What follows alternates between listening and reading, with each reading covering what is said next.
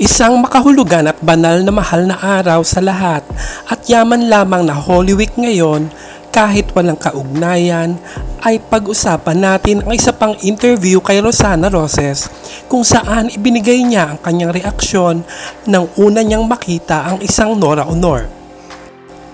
Ang interview ay noong 2011 pa at kasalukuyang ginagawa ang kanilang TV5 miniserye Ang Sangalan ng Ina. Si Ray Pumaloy ang nag-interview kay Rosana. Dito sa interview ay malaki ang pasasalamat ni Osang na siya ang personal choice ni Nora bilang main kontrabida sa nasabing miniserye. Nang malaman niya ang tungkol dito ay labis na pagkatuwa ang kanyang naramdaman na ang description niya pa ay halos mamatay siya. Kinasabikan at pinaghandaan ni Rosana ang seryeng ito at lalo na ang una nilang pagkikita ng superstar. Narito ang kanyang mga sinabi. Para akong nakakita ng mahal na birhen, na para akong nanuno, yung hindi ako makausap, hindi lang yung na-starstruck, para kang hinipo ng Espiritu Santo. Hindi ka makakagalaw sa kanya, susundan mo na lang siya ng tingin. Nakalimutan na, gaga ikaw si Rosana, says Rosana Roses about meeting Nora Aunor.